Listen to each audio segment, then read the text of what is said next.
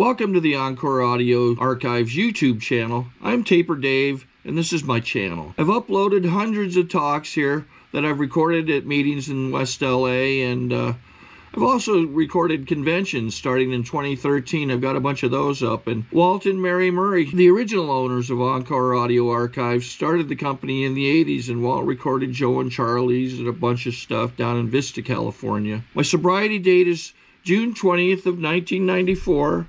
I hope you find something you like, so please like and subscribe to my channel and comment down below. If you want to hear something that I don't have or that you don't see, I'll see that I get it. Anyways, take care and have a great day if you want to. Hello everybody, my name is Kenny and I'm an alcoholic. Hey. And I'm very grateful to be here in Santa Barbara at the South Bay Men's Group Retreat. Is that right? Did I get that right? And with all of these home group members from the Hermosa Beach Men's Stag. I understand that I think a majority of the people here are from that group, so I welcome you, and I welcome you if you're from other groups, and it sounds like this is a retreat that has a high percentage of people that return to this retreat, so welcome back to those people that are coming back. And if this is your first time to this retreat, I welcome you, and especially if it's your first time to any retreat, I welcome you completely. I think one of the things that Andy said, did he say that 24 hours into this thing, everybody turns into a dirty sailor? Is that what he said? Yeah, so that kind of was like, oh, that's kind of going the wrong direction, I think, from a lot of these retreats I've been to. I think we're supposed to come to these things as dirty sailors and then yeah. I want to thank my friend Jay and Bill. I think it was probably Jay that asked me to come and do this retreat. And I'm just incredibly humbled always coming to be asked to speak to a group like this. There was a time in my sobriety when people were actually asking me not to speak, specifically going out of their way and say, listen, Kenny, we're at the meeting, but I just want you to know that you're not to speak tonight. Just listen. Or they would inform me that we just want you to know that this is not a speaker's meeting, that this is that a lot of people are going to talk tonight. So if you do talk, just keep it really short. And so it's that's a privilege to be asked to come here and speak. We've got a little schedule we've set aside for this retreat. Jay kind of said, here's what we normally do, and would you kind of put together a schedule? And of course I didn't do it, and I'm not big on schedules. And then I saw him last weekend. Jay was actually a speaker up in my neck of the woods. I'm from Seattle, Washington, by the way. And Jay said, hey, you got to get that schedule to us. So I typed out a schedule quick, and we're going to go roughly by that. You can see already the schedule said 8:30 to 9:30, and that was a typo on my part. And obviously we want a little more than 1 hour tonight, but we'll try to wrap things up around 9:30 tonight. And I think the rest of the schedule I have actually proofread, and I think we're going to be in good shape. So this evening, I want to tell you a little bit about myself, a little about my story and how I came to be here. There was a good portion of time that people would have never probably looked at me and said, geez, I think we'll have that guy up to do the retreat. So I'll tell you, my sobriety date is June the 8th of 1989, and I've been continuously sober since that date in June, and I've been free of any mind-altering drugs during that time. And that's a huge deal. I'm a person that really truly loves Alcoholics Anonymous. I mean, I really love Alcoholics Anonymous. It saved my life. And my home group is the Empire Way group. It's a group in South Seattle. And that's a new thing for me to be saying. I had the same home group for 17 years, and that's a new thing for me. So I've made a little shift and changed my home group from a group that was a Friday night group that I was not able to get to very often to a group that's Wednesday night. So if you're in Seattle and you come out to Seattle, I would love to give you a call. Pete's here. Pete's been up to my neck of the woods, been in my house a few times. Bill's been up there, and Jay's been up there a whole bunch of times. And one of the great things about getting to get around in AA a bit and see people is that you get to host people when they come to Seattle and kind of reciprocate in kind these beautiful gestures that people give you when you travel around in AA.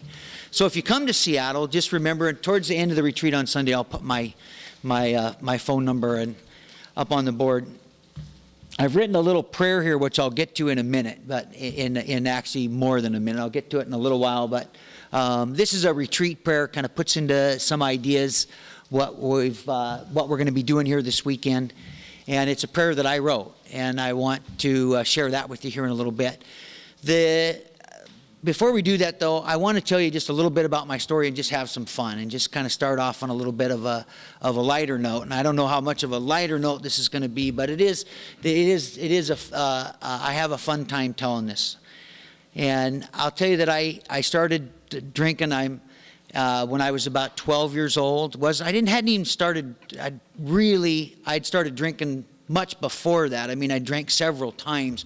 But 12 years old was about the first time that I actually went out with the full intention that I am going to go out and I am going to drink as much as I possibly can, as fast as I can. And I grew up in an alcoholic home, so I'd seen what happens when people drink heavy, and I just wanted some of that for myself. I wanted to have that experience. And so this was the early 1970s. There was this hippie guy that lived next door to us, and he would let his grass grow about 3 feet long. And we would go over there and do once a year.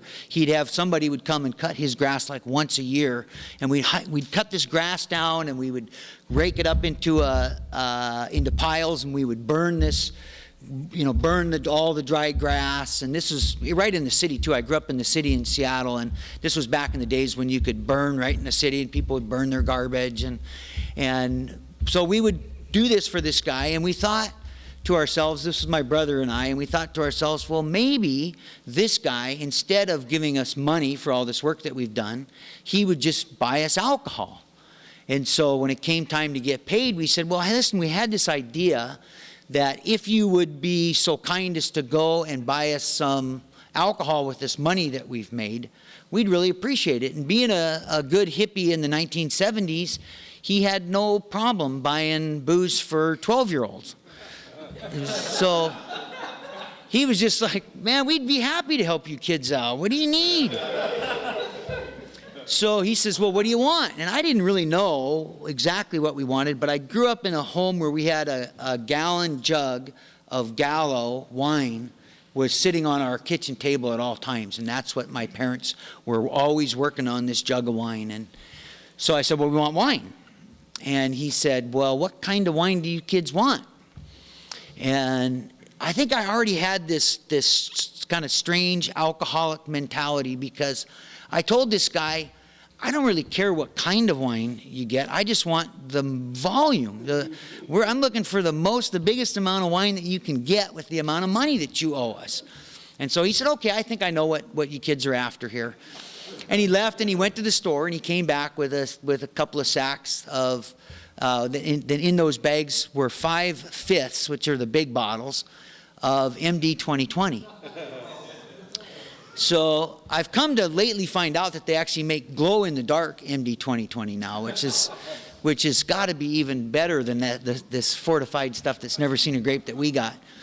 And I like telling that story because it's one of those stories that I could just stop right there. I'm going to tell you a little more, but you could just stop the story right there, and everybody would know what you were talking about. People would understand that people know where that kind of a story goes. A 12-year-old with this just incredible thirst and this desire to drink gets his hands on 5/5 of Mad Dog. And so my brother and I took that down to a school by our house, and we started drinking that wine.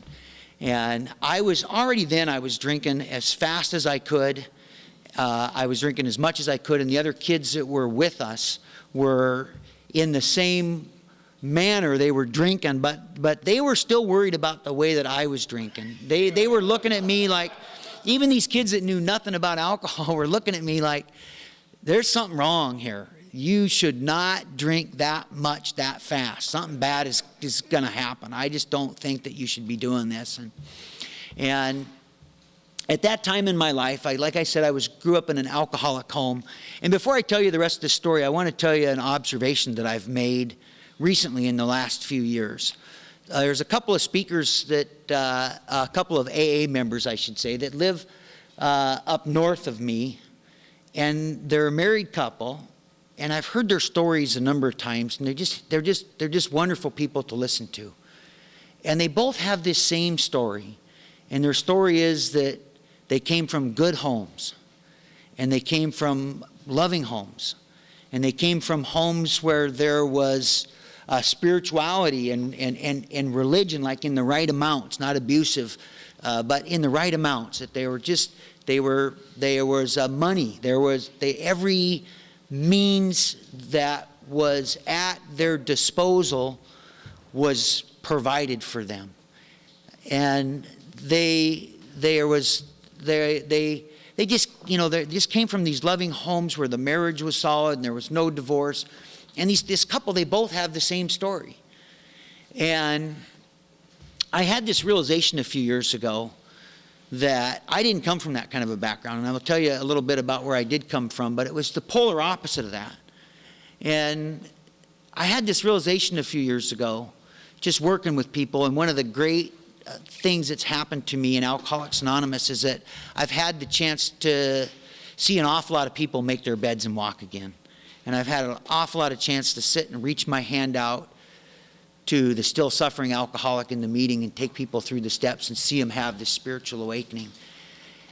And I had a realization that the people that come from that background that I was talking about, these good homes and good parents and loving, it's harder for them. It's harder for them than it is for people that came from my background. Because I had this ability where, and I'll tell you a little bit more about this when we get into inventory, that I was able to blame my family for that. I was able to blame this background for that. I mean, I was totally off to the races after that first drink. And in a very, very short time of progression, I was into IV drugs, and I was into crime, and I was getting locked up. And I mean, it just happened overnight for me. It just went from starting off really bad to much worse. But all along, I had kind of this, I could blame I could blame my family, and I could blame what was going on in my home. And I think there's people that come to us that can't blame themselves for that. They come and they're like, there's nothing in my mind that I can put together for why I am like this. I don't know why I'm like this. So I just made that observation a few years ago, and it's something that's really stuck with me. Eventually, through working the steps, I was able to get free of this. The other thing that really has come to me is that I had a brother that grew up in the same room as I did. He and I shared a room. We were a poor family, and my brother and I always shared a room. And he's not an alcoholic. He's 18 months older than I am. The brother that mowed that lawn, and we went down and drank together. And we got arrested a few years after that we got arrested for 6 burglaries, and the threat of the penitentiary for my brother was enough. I mean, he just absolutely straightened himself out, got way into sports, and he's been that way ever since. And he was just as going down the same path as I was. So it doesn't really matter what your background is, and I like to make that clear, but I just share this because it's been incredibly, it's been healing for me to share this story, and it's been incredibly helpful to a lot of other people. Every time I share or I talk, there's always people that come up to me and said, "Oh my God, you told my story." And so when I was there and I'd got my hands on this wine, what had happened for me is that we just moved to another new neighborhood. We were, and that was something that we were doing a lot of. We would move from house to house to house to house until somebody came and said, "You guys can't be here anymore," and we'd have to pack everything up and go to the next home. And I was still wetting the bed, and I was going to a brand new school. It was my first year in junior high school, and my parents had moved so that there was a bar that was right down the street, their favorite bar, where they drank. And I'm not certain that they actually moved to be closer to their favorite bar, but that was the case. They moved, and we were even closer to this bar that they drank at. And they would drink there till 2 o'clock in the morning, and then the bar would close. And the whole bar would always come to our house, and that's how I grew up. I mean, there was just this wild party going on in our house at all times. And the police would come, and there was a lot of domestic violence, and there was fights, and I mean, everybody in the neighborhood knew about our family, and the police all knew my stepfather. And so I would wake up in the morning, and a lot of times I'd be urine soaked, and I'd wake up and I would just kind of towel dry myself off the best I could. I wouldn't take a shower. I wouldn't brush my teeth because I just didn't get the personal hygiene deal. Long hair was popular, so I had really long, stringy, greasy hair. I was super skinny. I had a big nose, and I just felt, and I stunk, and I had this breath, and my hair was all over the place, and I would just dig through old clothes and try to find something that happened to be the cleanest of the clothes that were in the pile, and I would put those on, and off to school I would go. I would just get myself to school, and so I was in a place where I really needed a drink, for one thing. And then I had this other deal. I don't like this saying that says my drug of choice, because for me, the drugs that really got me were the drugs of no choice. I never had choice over alcohol. Alcohol took me when I didn't want to drink. There was a few drugs that were that way in my life, and I would pray all the way to the dope man's house, please, God, don't let me do this again. Please don't. And I just had absolutely no choice. It didn't care if it was the rent money. It didn't care if it was your rent money. It didn't care if it was the last money I had for food. It didn't care anything. These were no choice. But if you were to use that word drug of choice, my first drug of choice was called lack of oxygen to the brain. And what that meant was that I would choke myself as a kid, and then I would get this big-time euphoria, and it didn't matter if the old man was yelling at me to get in the house, or that he was going to kick my ass, or it didn't matter, any of that stuff. I was just in euphoria, and I didn't care anymore. And that was my first drug of choice. And so when I went to this new school, and I stunk like urine, and my breath smelled, and I was just this freak, and then I would choke myself and stagger around, and my popularity began to wane a little bit in junior high.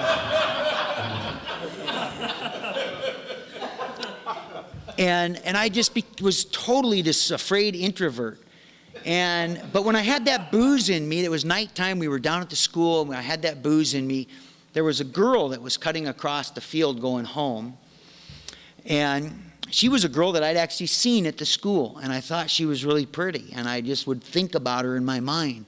But with that booze in me, I ran down this hill, and this girl's just like cutting through on her way home. I ran down the hill, and I tackled this poor girl to the ground, and I professed my love to her, tried to force her to give me a kiss, and then, my friends ran down, oh, he's drunk, and pulled me off, and so there's a part in the book that talks about the remorse and horror of the next morning are unforgettable. And they talk about we try to make sure that these things that we do on our sprees don't ever see the light of day, and we try to push them down as far as we can.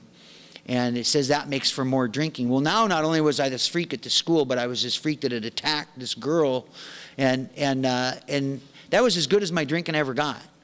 That was it. And the drinking never got any better than that. It was the same MO for. I stopped drinking when I was 28 years old, and the progression was always the same. I always drank as much as I could. Wine became a big deal. I would drink a bottle of wine. I would drink a bottle of wine as fast as I could, and there was just this sense of ease and comfort that would come. Just, whew, man, I would always have there was always some tragic outcome.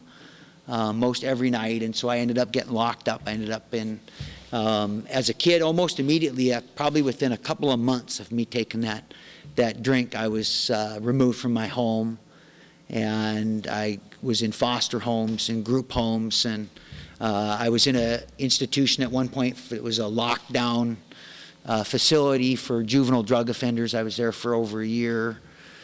The thing that really probably, one of the things I look back at, I really think the booze saved my life at one time. And there was these other events that I think kind of kept me alive until I could get to you. And one of those was that my grandfather asked me to come to work for him. And he worked for a family that had ships that were going up to Alaska. And these were little coastal freighters that would service the fishing industry. So I got a job on one of these boats at 17 years old, and I started shipping out and going to Alaska. And I just loved it. It was kind of like this way out of this life that I had kind of got myself completely trapped in. And I got to work with real men, guys that knew how to work hard and drink hard. And I was talking with somebody about this from dinner. They found out I was from Seattle. I'm still in that business today. I still work. I don't go fishing anymore, but I work with the commercial fishing fleet up in Alaska. And at that time it was like the wild, wild west up there. And you could drink on the boat, and everybody on these boats that I was on, everybody from the captain all the way down was drinking while we were working. We would take cases and cases of booze out on the boat with us, and we would take, there was a lot of drugs, and it was really a great life. And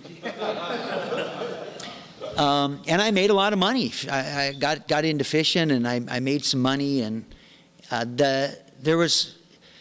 there's a saying in the fishing industry, because it's such a common story, mine. And the saying is that I made a lot of money in the fishing industry.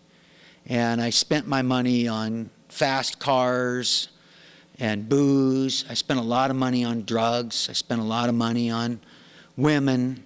I flew to places like Las Vegas and spent a lot of money gambling.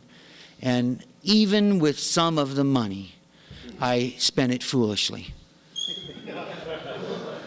And that's kind of the lifestyle that we were in. But even that, the family that I worked for ended up putting me through treatment twice. And when I got out of treatment the second time, I showed up at this office and had, I completely disgraced my grandfather who'd got me the job and worked for this family for years. And he was retired by this time. But I showed up at their office totally out of my mind, loaded, to the guild, showed up in that strange mental place that alcoholics get to. I showed up in that condition, telling them how great it was that the treatment center was, this is one day out of treatment, how great this treatment center was, and how my life was going to be so much better, and they could just tell that I was a total mess. And of course I asked them if they could spot me a couple $1,000 until I could get back on the boat, and on my first trip I'd pay them back. And they said, sadly, they said, Kenny, until you get your act together, you can't work here anymore. And even among that group of guys and that kind of mentality, I was so much further over the edge than even these other guys on the boats or this family that was operating this business. And there's the last 3 years of my drinking were that time that's described in Bill's story of I barely drew a sober breath. Within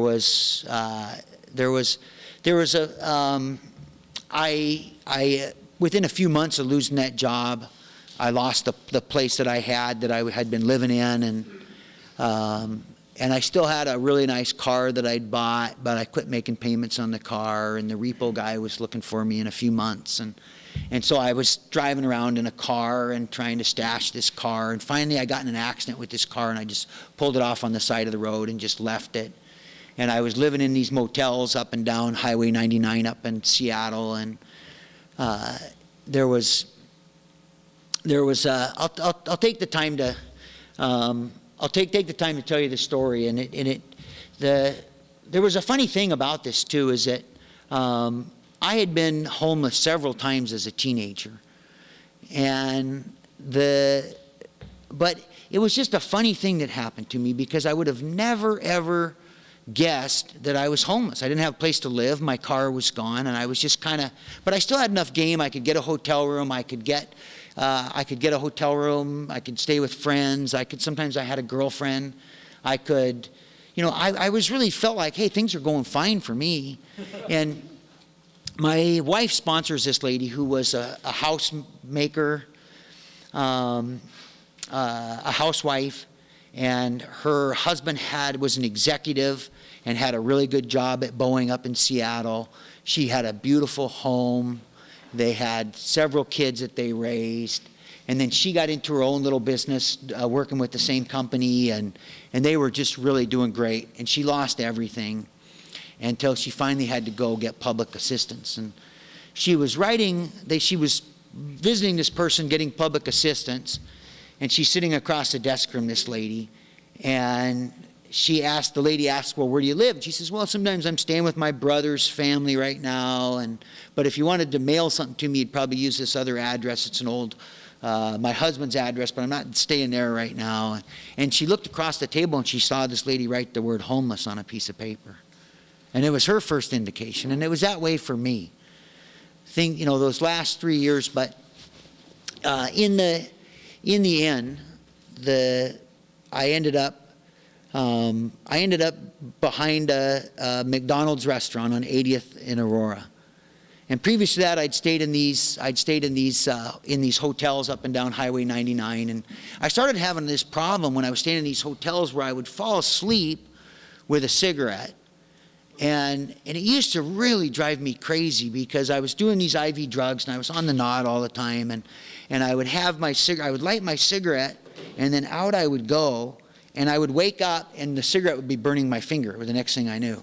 And it would just drive me nuts. I had blisters on my fingers from this happening so much. And it was like life wasn't treating me right. I was like, God, is it just too much to ask to just sit here and smoke a goddamn cigarette all the way through? It was all I wanted to do, is just to be able to light a cigarette, sit there all the way through and just enjoy a cigarette, as if some outside force was imposing itself on me and knocking me out every time I lit a cigarette.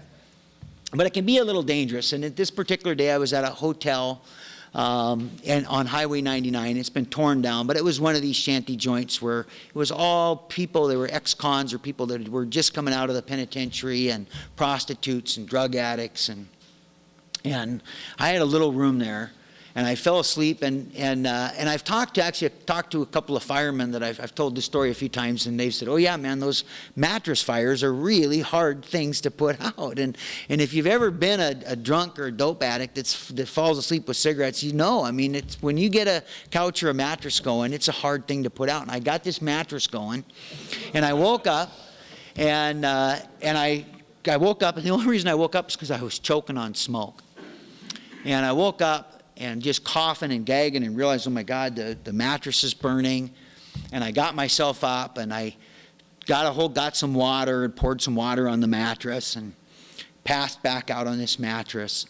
And then it got going again. That's the way these things are. You got to, if they get, this mattress got going again, and I got up and I went to put the mattress out and poured some more water on it. Finally, I passed out and woke up a couple of times, and I just kept waking up and gagging. I just kept laying back down on this bed that was burning. And I kept waking up. And then I got a big garbage can out of the bathroom and started filling it out of the shower and just going and dumping it on this mattress. And then I finally got my knife out of my pack, and I just thought, man, I'm going to have to cut this baby out. It's the only one way to do this. And so I cut this mattress and pulled all of the stuffing out of this mattress, and there was water all over the place. And I'd gone on a little paranoid trip the night before, and so I tore up all of the carpet in this hotel room. I'd tore the whole thing, lifted all of the, and I was just sure there was stuff underneath that carpet that needed some serious investigation. And it took me most of the night, to get that all tore up. And then in this moment of clarity, I kind of came out of it and thought, oh my God, these people are going to call the police. And so I tried to put the carpet back down and put all the little strips back up, everything as best I could.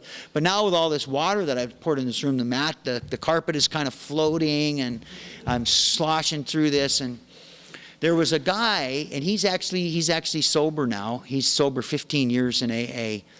But at that time, he was a lot like I was, but he still had a job that he would go to every morning. And on the way to work every morning, he made it a point of stopping by whatever hotel room I happened to be in that night, and he would knock on the door. And his job was really to come by and check to see if I was still alive.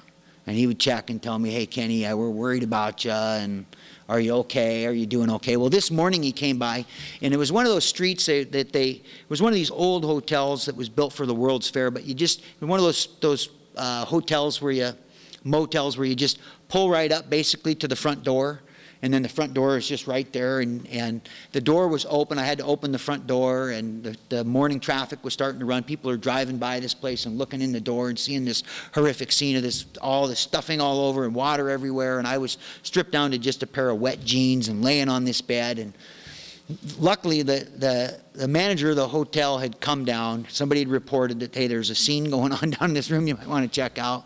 And the manager of that hotel had come down and got into it with me, and being this indignant alcoholic that I was, I had told this guy that I just got into this big argument that was, if you would have had a smoke detector in this room, which is required by law, by the way, then none of this would have ever happened.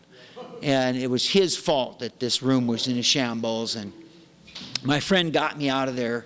And the thing about that story, he had come by that morning and saw me arguing with the manager, got in there and just gathered my stuff and put it in his car and got me out of there. There's a couple things I want to point out about that story. One is that as a result of the work in Alcoholics Anonymous, I went back to that hotel room a year sober and made amends to that guy and paid for the damage that I had done to that room. And I did that with a lot of stuff. And so I share that story in humor, but I also share that story from a place of having been a member of Alcoholics Anonymous in good standing that's gone and set that matter straight. The other thing, the reason I tell that story is just to tell you about the degree of hopelessness in my life, that there was nothing unusual about that day in my life then. I didn't call anybody up and tell them, oh my God, you wouldn't believe what happened to me. I didn't, it was just the tiniest little blip on the screen. I didn't consider for a minute that I should stop or that I needed help or anything, just this horrific scene. And I just, went, my buddy picked me up, and I just kind of went in his car, and he dropped me off at another hotel, and I just continued on the way that I was going. And there was a little McDonald's, and there was a place at this McDonald's restaurant in Seattle and they're getting ready to tear this down. And I just think, oh my God, they can't do that. That was like my spot. It should be some kind of a National Preservation Society or something. The place where Kenny got, had his awakening. But there was a McDonald's, and next door to this McDonald's was a bar called Hagar's. It was a Viking bar. And up in Seattle, a Viking bar means a place where the Norwegian fishermen go drink. And there was a Viking bar next door, and then there was this McDonald's restaurant, and on the front of those two buildings, it would appear that there is a facade there. And it would appear that the building is one building. But truly, it's a facade. If you go around back of that building, there's a place about 6 feet wide or so where you can actually get in between those buildings from in the back. And I had drug a big cardboard box that I'd found, like a refrigerator box back there. And that was my little spot. And I was sitting back there, and it was a really uncomfortable place because I could hear the people coming through the McDonald's drive-thru, and I would hear them say, they would say, I'd like a number 3 supersize with a Diet Coke, please. And I would hear them say, somebody call the FBI, there's a freak back here shooting Coke. And I would just be like, oh my God. And it was just over and over, just this, it was really a uncomfortable way to live. And it wasn't until I was maybe a couple years sober that I realized that the FBI doesn't actually spend a lot of time flushing dope fiends out from behind McDonald's and stuff. They've got more important things to do. But I was sure that they were after me. And there's one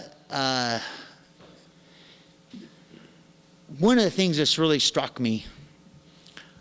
I fell into a group of guys in Alcoholics Anonymous, and I'll tell you more about this through the weekend, but I fell into a group of men here in Alcoholics Anonymous that hand-carried me through the big book.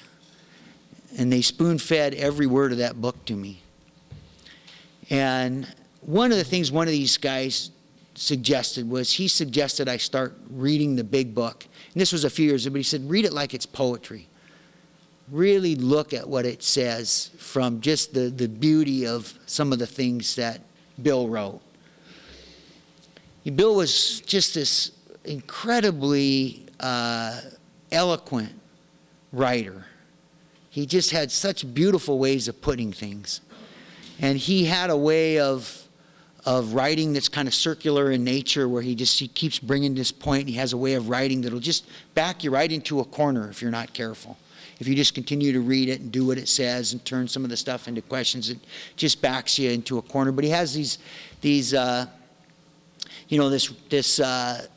rocketed into a fourth dimension of existence. And the great fact is just this and nothing less, that we've had deep and effective spiritual experiences that have revolutionized our whole attitude and outlook on life. And, it just goes on and on. He was just such a beautiful writer. He could put any kind of emotion he could put into words. And in his story, Bill makes a couple of attempts, and we're going to open the book here in a little bit and look at some of this stuff that had an impact on me. But in the end of the portion on page 8 of the part of Bill's story where he's drinking, Bill says something that describes what was going on with me. And I can tell you that I was suffering from grave emotional and mental disorders behind that McDonald's. And then Bill said about his drinking in the end, he finally said, "No words can tell." This person that was such an eloquent writer and such a master with words, finally in his own story had to write, "No words can tell," of the bitter morass of self-pity I found in that loneliness. In the loneliness I found in that bitter morass of self-pity.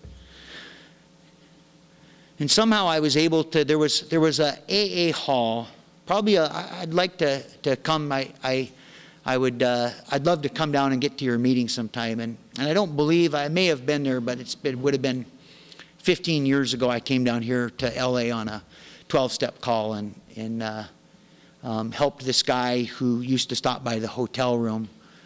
He was living in LA at that time, and I flew down here after I was sober a couple years and made a 12-step call on him and helped him get sober.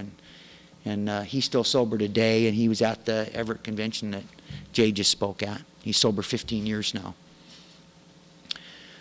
But so I'm guessing that this hall is quite a bit like your Alano Club. I think it's maybe a little different. It's a different kind of area town, and they call this the emergency room of AA where I live. And it was the Fremont Hall, but at that McDonald's, if you went across this parking lot, there was the Fremont Hall was there. It was their temporary home. They're in a different location now, but they were in between places and they were meeting there. And it was just out of the back of this parking lot where this McDonald's was. They shared the back parking lot of this club, and there was a balcony on the back of that, and I could see all the sober alcoholics up there talking and having coffee, and they'd have card games going out on the balcony. And they had this friend of mine that went to meetings there, and he was a guy, his family had actually taken me in as a child when my family was having some trouble, and I lived with his family in the same neighborhood, but I lived with his family for about a year. They were just really great people. And he was going to meetings at that club. And so I thought, if I could get over there to that club, my friend Don is going to be there, and Don is going to let me stay overnight at his house. And he and his girlfriend, and this is he and his wife now, and they're still married, he and his girlfriend are going to nurse me back to health, which they'd done several times for me. They'd taken me in, and I'd gone through withdrawals in their living room on their couch, and they'd nurse me back to health and tried to talk to me about AA, and I'd go to meetings for a little bit. And it was always that one more attempt and one more failure. And I went to that meeting that night. It was a Thursday night. There was a meeting there called the B1 group. And I walked in the door there, and I sat down, and my friend never showed up during that meeting. It was an 8 meeting started at 8 o'clock at night, went till 9:30. And at 9:30, he still hadn't shown up. And I didn't know what I was going to do. I didn't have any money. I was getting sick. I had nowhere to go. I didn't have anybody I could call. I had shoes with me, but they were in a bag. I got sober in June, so it was warm out. But I had my shoes in a bag, a little plastic grocery bag, because my feet had swelled up to the point where I couldn't get shoes on anymore because I had infections going in on my feet. And so I'm in this meeting, and something happened to me that I didn't expect, and I started crying in this meeting, like big tears. And the best description I can come up with is that it was like a hollow cry when I think about it. And it means there was no emotion attached to it. I mean, I was at the end and had been a long time. I wasn't in self-pity or depression. There was like, I was just at a place where I had come to the end, and I had wished for the end, and I was living in a body that wouldn't die. And I didn't know what I was going to do, and I just started crying in this meeting. And a guy came up to me after the meeting ended. He was the guy that was secretary in the meeting. And he came up to me after that meeting. His name was Al, and he became my first sponsor. And Al came up after the meeting and said, listen, me and my friends have been talking, and we've called the detox. And they have a bed open. And if you're willing to go to detox, we'd give you a ride down there. And of course, I had to think to myself, well, I got kind of a busy social schedule. I'm thinking, well, do I got time to really go to detox tonight or not? Yeah. And then I thought, how in the hell does this guy know that I need to go to detox? But not having any, I got in a car with these strange guys that I'd never met before. And they took me out to Evergreen Manor Detox, which is up in Everett, Washington, which is the next city to the north. And for a guy in my condition, that would be like taking somebody down out to the middle of the Mojave Desert, because I just didn't have the game. I couldn't imagine trying to get the bus money and try to get out of there and into in a strange city, try to get the bus money to get back to Seattle. I just didn't have it in me. And I got my first 5 days of sobriety at Evergreen Manor Detox, and Al was there to pick me up when I got out of detox. And eventually, Al owned a little car lot down on Highway 99 in Aurora, right by where I was staying in all these hotels. Not a really great neighborhood. But he owned a car lot down there. And in the back of that car lot was a little apartment that they'd fixed up. And I lived in the back of that car lot, my sponsor's car lot, for the first year of my sobriety. When I was sober 1 year, staying on that car lot. And I remember this because I left the car lot just after I'd been sober a year. But I specifically remember it was a year because I remember talking to Al at the car lot and telling him, well, you know, it's my 1 year birthday. And he was saying, well, you could still blow it yet. He wouldn't give me anything. You know, I was thinking, God, this is terrible. And I was going to go up to the meeting that night. And Al was like, well, I'm busy with my wife and we got plans, so I won't be at the meeting tonight, but happy birthday. And I was really upset that he didn't make a big deal out of my birthday. And I remember I went to the meeting, and they didn't make that big of a deal out of it either. And I kind of came home dragging a little bit, came back to the car lot, and I came in the car lot, and there was a cake that Al had left for me at the car in the apartment. And so I remember that I was 1 year sober and still living at the car lot. I like to say that I learned about giving from an expert, and I'll talk about that a little bit this weekend. Al came to the car lot every day for the first 6 months. I don't remember him missing one day. Al would come, he would wake me up, and he would take me to Jack in the Box and buy me a breakfast jack and a cup of coffee. And he would talk to me about the program of Alcoholics Anonymous. And he wasn't a real big book guy, but he was just a wonderful sponsor. And he's sober now 33 years. Al was the first man that I ever prayed with my entire life. And Al was, you know, there's a piece in there's a piece in the big book in the 10th step. And the 11th step uses these words as well, but they use these words like inspiration. and intuitive thought and decision. Like as in I can pause and make a real decision that I'm comfortable with. I don't have to spend a lot of time in this indecision.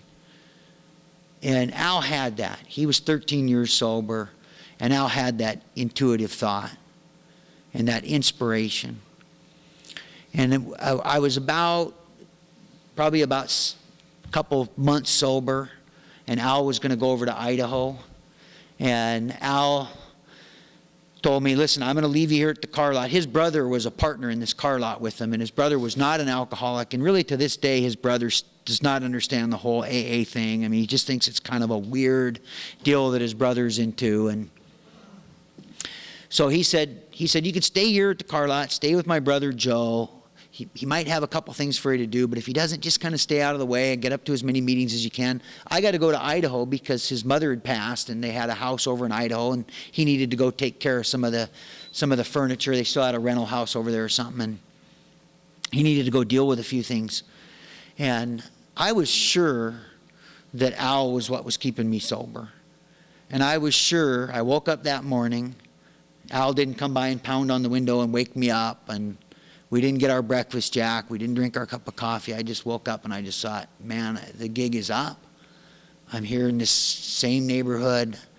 Without Al, I'm finished. If he's going to be gone 2 or 3 days, there's no way I can stay sober. And I went up into the car lot and I got a cup of coffee, and I'm sitting there and Joe's looking at me like, yeah, what are you going to do? You know, what's your plan for the day? Because I've got stuff to do. And I saw Al pull up out front in a van. And I thought, I wonder what Al's doing here. And he walked into the car lot and he said, I just had a thought, Kenny. I thought maybe I could use a little help over in Idaho. How would you like to go to Idaho with me? And I just said, Al, man, I would really like that a lot. And I got in the van and we went to Idaho. We still laugh about that story. It was so great. There was a guy that had traded in this van, and he needed a van, so we drove this van over to Idaho and back.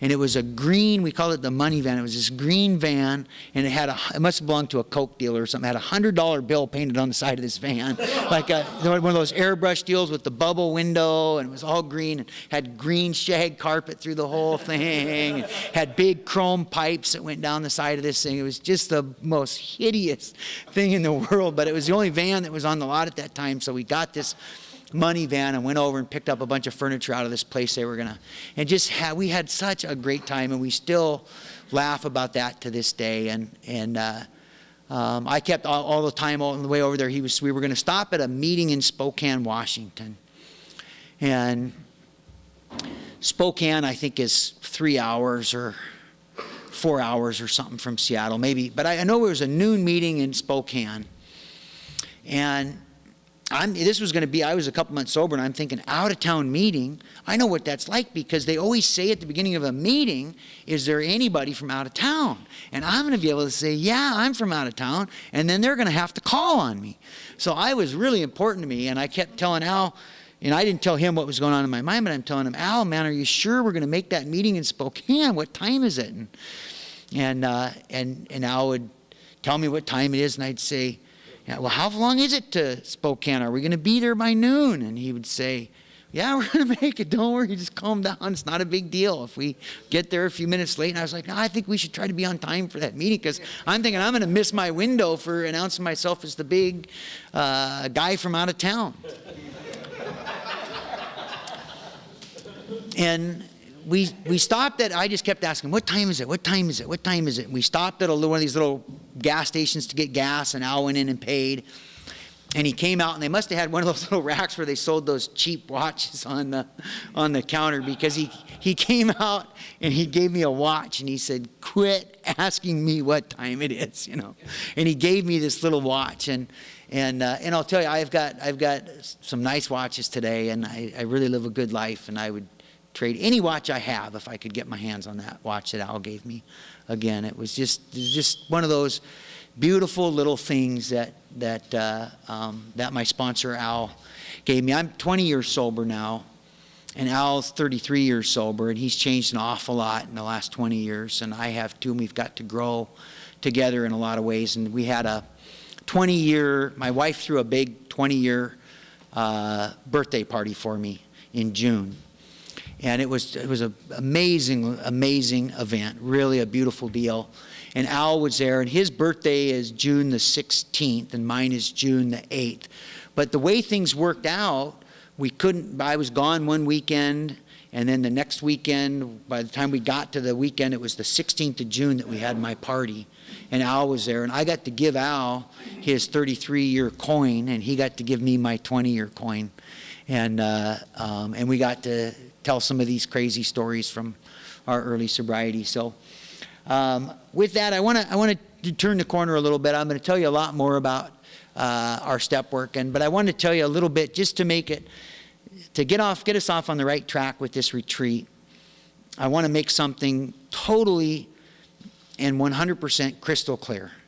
And that is that the reason I'm here and the reason I'm sober is that I had a spiritual awakening as the result of the steps as outlined in the book Alcoholics Anonymous.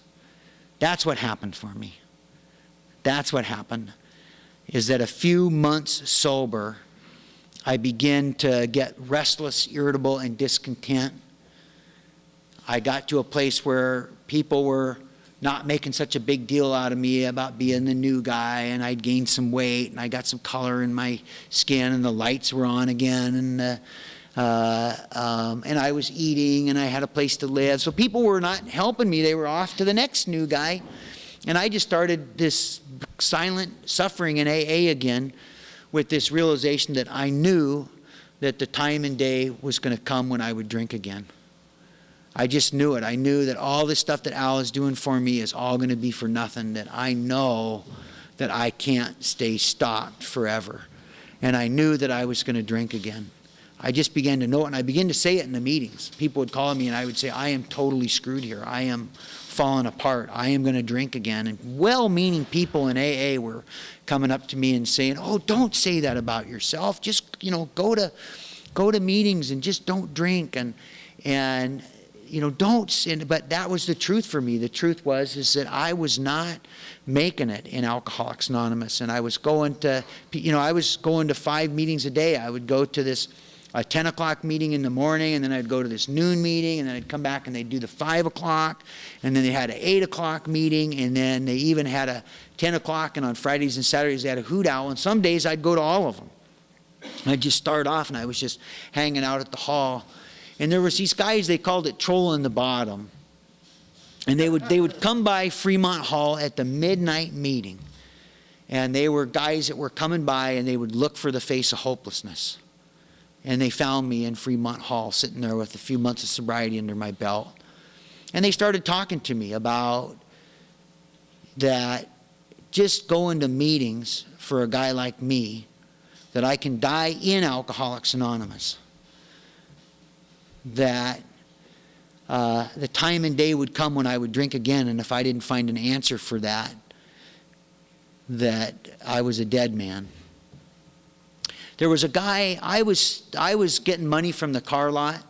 I'd work for a couple of hours, now it'd give me $10, and I was really indignant about that whole thing. I thought, in my mind, this guy has got a gig where he's taking advantage of these people who are down on their luck in Alcoholics Anonymous, getting them to work for $5 an hour at his car lot. And doesn't he know who I am? And I was a chief engineer on these fishing boats. And if he had any idea how much money he's trying to get me to work for $5 an hour on this car, I was really indignant, just in a total delusion. And there's great things that happen now because that car lot's still there. And Al and his brother don't own it anymore and haven't for many years. But that car lot itself is still there. And I drive by that. And it's what people in the car business call this a dirt lot. And a dirt lot means it's just a gravel lot with about 10 or 12 cars on them.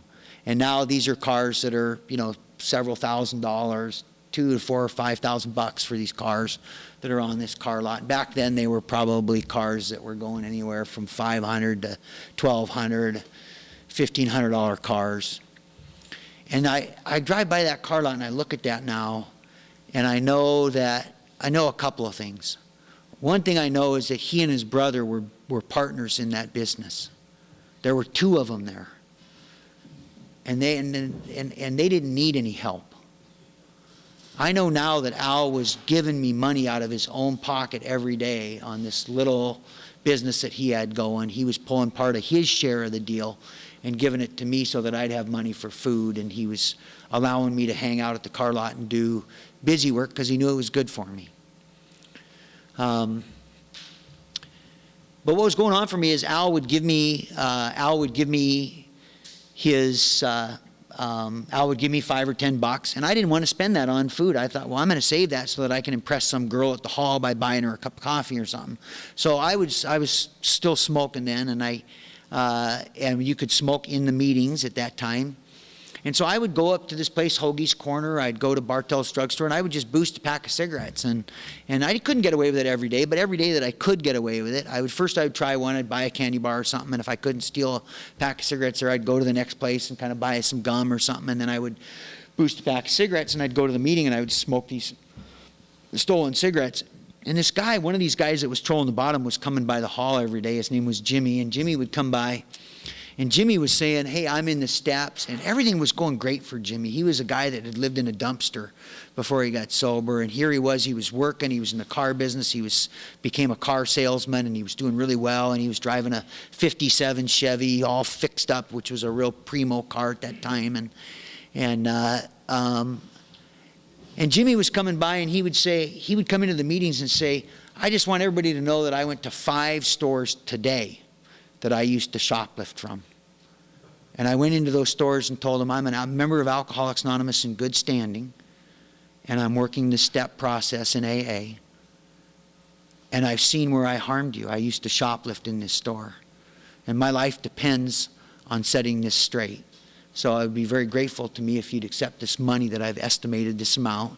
And if you could find a way in your heart to take this money, it would do me a lot of good. And he was telling these stories, and made me so goddamn nervous. I was like lighting one of these stolen cigarettes right off the other. But the impact that had on me was I realized that these guys were all working some kind of a way different program than anything that I'd ever tried.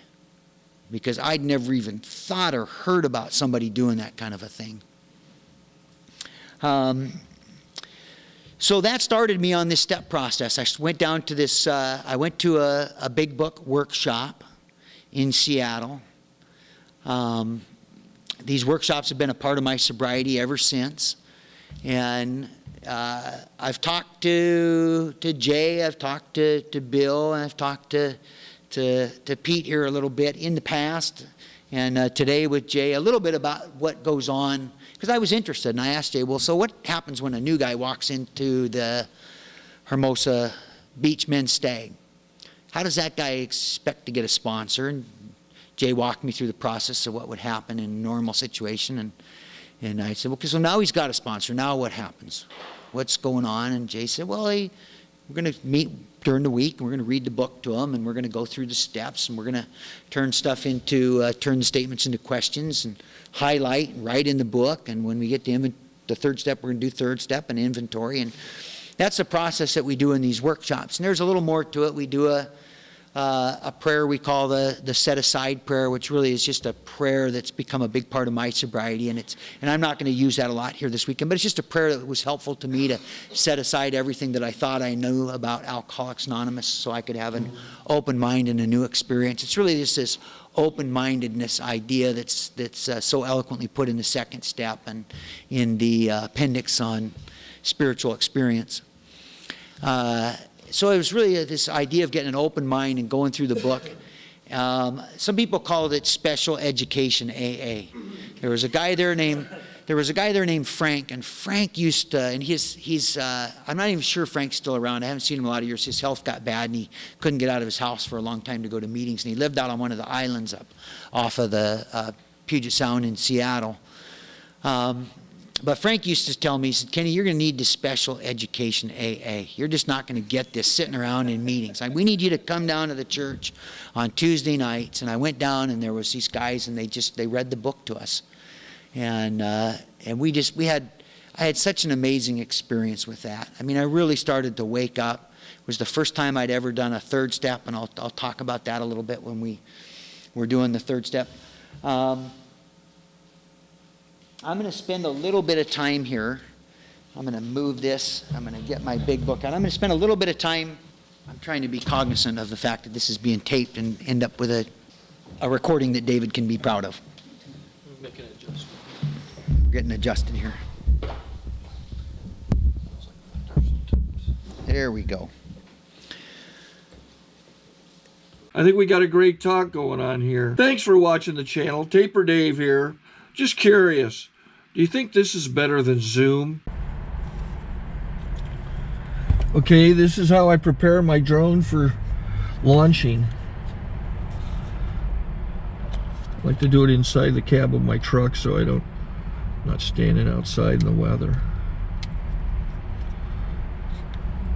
To install the joysticks for control, up and down, right and left, powered on.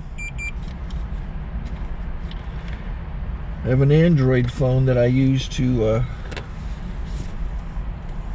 connect it to the drone with, and it's actually controlled through the iPhone, through an app. Oops, wrong way.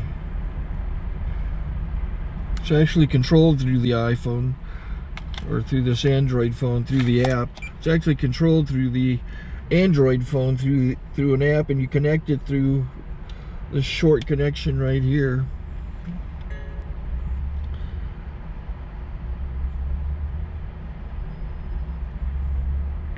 Remote control connected. Remote control is connected. So I pull out the drone. I have to extend the legs.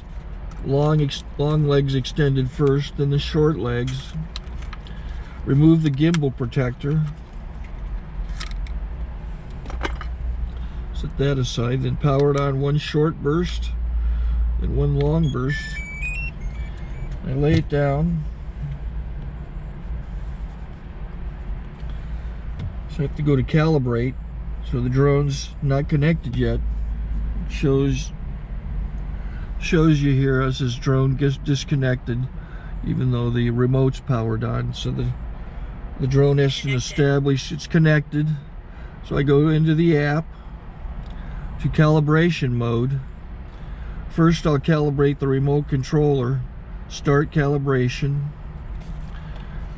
Out, in, oop, out, in, up, down, and then this little wheel is to control the gimbal. So it's calibrated. Go to gimbal calibration, start calibration, and then it calibrates the gimbal. I don't know if that shows up. The gimbal's moving all over the place. Changes, you can see it on the video. And I'm calibrated to take off. It's acquired 7 satellites at the moment. There are 26 satellites up in the sky, which it has to acquire before you can take off. So it's connected. It's got enough satellites. This is white. I can go to press this little arrow button, swipe right to take off, and it would start the motors if I slid this to the right. But I'll wait till I get outside. Don't want to do it inside.